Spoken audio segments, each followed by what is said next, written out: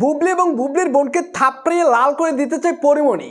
আমার কথা হচ্ছে, বুবলির বোন কি রাজের সাথে পরিমণির স্বামীর সাথে কি প্রেম করতে চায়? তাহলে তারও তো চুলকানি কিসের ভাই? তিনি কেন ওই দেশে বসে পরিমণিকে নিয়ে উল্টাপাল্টা কথা বলবে, গালিগালাজ করবে, তুই তো করবে?